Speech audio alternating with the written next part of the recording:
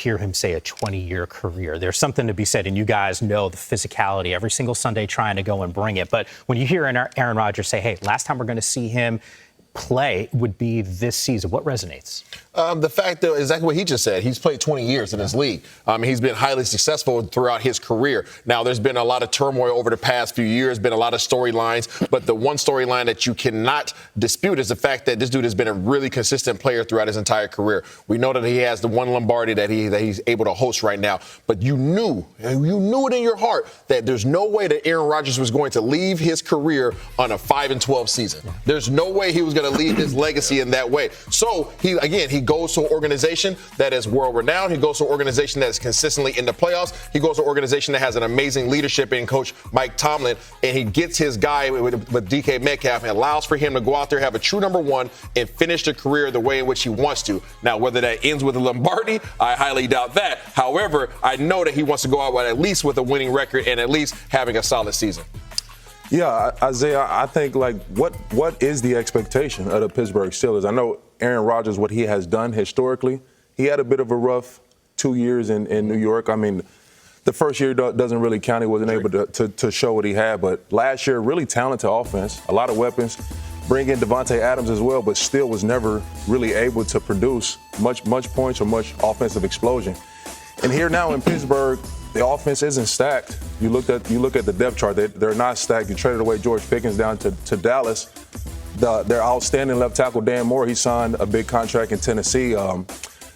It's really, for me, I don't see Aaron Rodgers really lighting it up.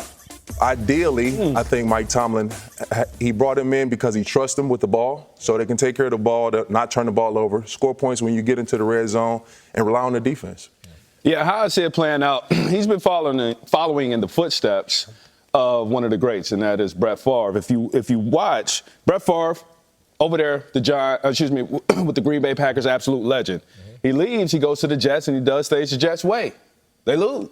They missed the playoffs. He threw for 22 touchdowns, 22 interceptions, third in the division. Then he says, I'm a Hall of Famer. I'm 40. I cannot go out like this. What does he do? Joins the Minnesota Vikings, takes them to 12-4, NFC North champs. He revives himself. He actually threw for a PR at the age of 40. With a 107 passer rating. So then what happens? He goes on and eventually retires. The same thing with Aaron Rodgers. He is a great over there. He's a Hall of Famer. He goes with the Green Bay Packers. He goes to the Jets, does things Jets' way. They lose. They missed the playoffs, 5-12. A lot of things that shows you he was positive, though, but it wasn't the Aaron Rodgers way. He doesn't want to go out like that. And what does he do? He joins the Pittsburgh Steelers. Will he have the same success that Brett Favre did? I'm going to say no, because Brett Favre was handing the ball off to who? Adrian Peterson. They had one single high. So I think it makes a difference. I don't see it panning out that well, but he is a Hall of Famer. How tough is this when you know you're at the end? And you guys are talking about the legacy, the future Hall of Famer. That's how we introduce Aaron Rodgers all the time. When you're down the home stretch to run and you go, hey, this is probably the last one. What goes through your mind? How difficult is this for Aaron Rodgers going into what is, he's saying, his last season? No, it's tough. I just finished my 12th year, and it was extremely challenging from a physical standpoint and mentally, too. Just everything that it takes to get prepared to play on Sunday, it changes. It evolves throughout the years. My first year, I don't need to stretch, warm up, nothing. We hit the field. You guys know. You get to year 6, 7, it starts to change, and you have more of a routine. But you get to year 12, and him, year 20, coming off an Achilles injury. And it's just the process is so much. There's so much more that goes into the process. So many hours once you leave the building in order to get yourself prepared. It's a grind. It's a challenge, and it plays a part. You know what I mean? So he know that this is his last season. He's going all in, full investment. I honestly believe that might actually help him. I think that he actually might have an added sense of urgency, not to say that Aaron Rodgers needs one, right? But I think he might have an extra sense of urgency because not only is it his last year, but he also had his year taken from him 2 years ago, right? So he understands that this game, as much as we've seen guys get injured, he had it happen to him.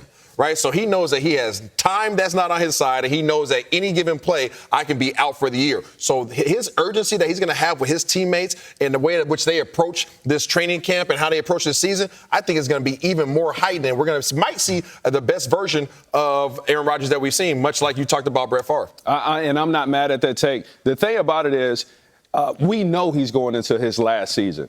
right? And so what do you have to do? You got to corral the locker room behind wanting to champion you out. And I don't know if he's had enough time during the offseason because it's like, who is going to be the quarterback? I think if he would have said, I want to be a Steeler, I'm going out this way, I think the team and the organization could have got behind his last hurrah. But now, because it's like, we don't know, you took too long, it seemed like an individual thing. And I don't know if you can get the chemistry behind that so quickly. So what does that do inside of a locker room? I actually want to go back because you made a point, Rashad, to bring up what his time with the Jets was.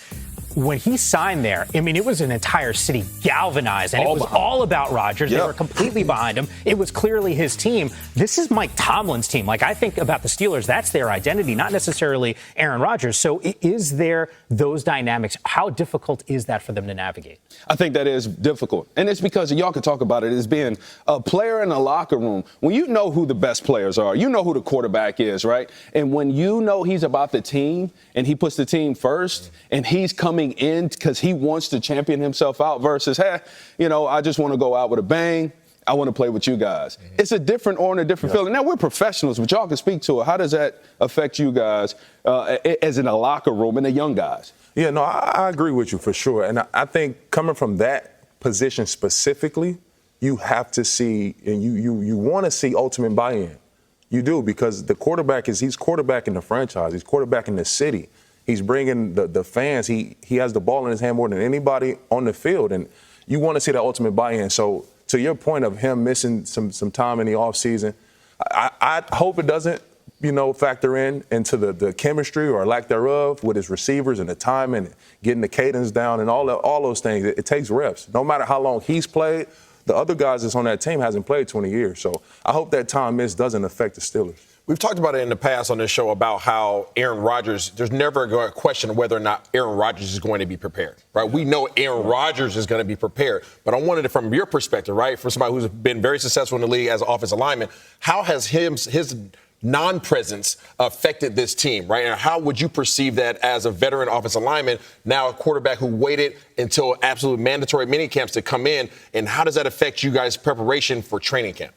Every quarterback is so different. So we had Tua to start the year. We went through with Tua throughout the OTA process, training camp, and then we lose in week 3. So Skylar Thompson comes in, Tyler Huntley comes in. Their cadence is different. The way that they say the plays is different. So it's so many small details and nuances that really affect the game. The first game in Seattle with Skylar Thompson is like the center snapping the ball too early, snapping the ball too late. So we got 3 or 4 false starts in the first 2 series. All those just small details that people don't really necessarily think about plays a huge factor on Sundays. So that time miss, I really hope it don't impact those guys up front and it's timing with the receivers. But it's for us to see. Yeah. You played with Drew Brees late. And this is not, look, they're 2 different guys, 2 different leaders, 2 different performers, 2 of the all-time great quarterbacks. To Isaiah's point on how you adjust from an offensive line perspective, was it different with Drew at the end? And I'm just wondering if the Steelers can take something away from that. Not really. Drew was so consistent with his preparation and the time that he spent on the field and walkthroughs. Now, what was different, and it didn't impact the offensive line at all, was Drew wasn't able to throw during the week. So a lot of people didn't know Drew would take his drops and Taysom Hill would throw the ball, Jameis Winston to throw the ball. Drew really didn't throw. Maybe third down, he'll get one period of practice. But other than that, he didn't throw the ball because he was dealing with torn rotator cuff, torn labrum. A lot of people don't know. Drew was playing through it all, man. He really was. Yeah.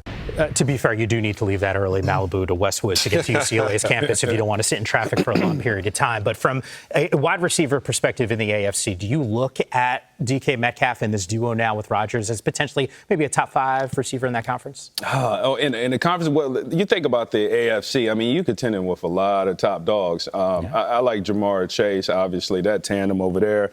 You look at Brian Thomas. I think that him and Trevor are going to continue to connect in the chemistry. And look over there with Tyreek Hill and Tua. I think they're going to continue to grow. I really believe Stephon Diggs and Drake May are going to have something special this year. Yeah. I truly do. And you can't forget about Rice. Still, he's coming back healthy, playing with Patty Mahomes over there. So it's a lot of different receivers. Yeah, DK, I love DK. How can you not? his radius, 6'4", what? Two whatever he is. 30 probably. Yep. 230, a monster. He runs a 4.3 40. So he's a special specimen without a doubt. But the combination, he's coming over from Seattle, and he had the most deep balls attempts, I believe, in the NFL last year. Aaron Rodgers, I don't think his air time is not there. So that tandem, I mean, he's not a bomber, right? And so I don't know how they're going to progress. Geno Smith aired the ball out. I don't think Aaron Rodgers is going to air it out as well. But I do like DK. I don't see him as top 5 AFC this year. Yeah, I see DK as a top 5 talent for sure. No doubt. I do. The production, I don't see him having a top 5 season in the AFC. The schemes that he's about to face because of who's surrounding him.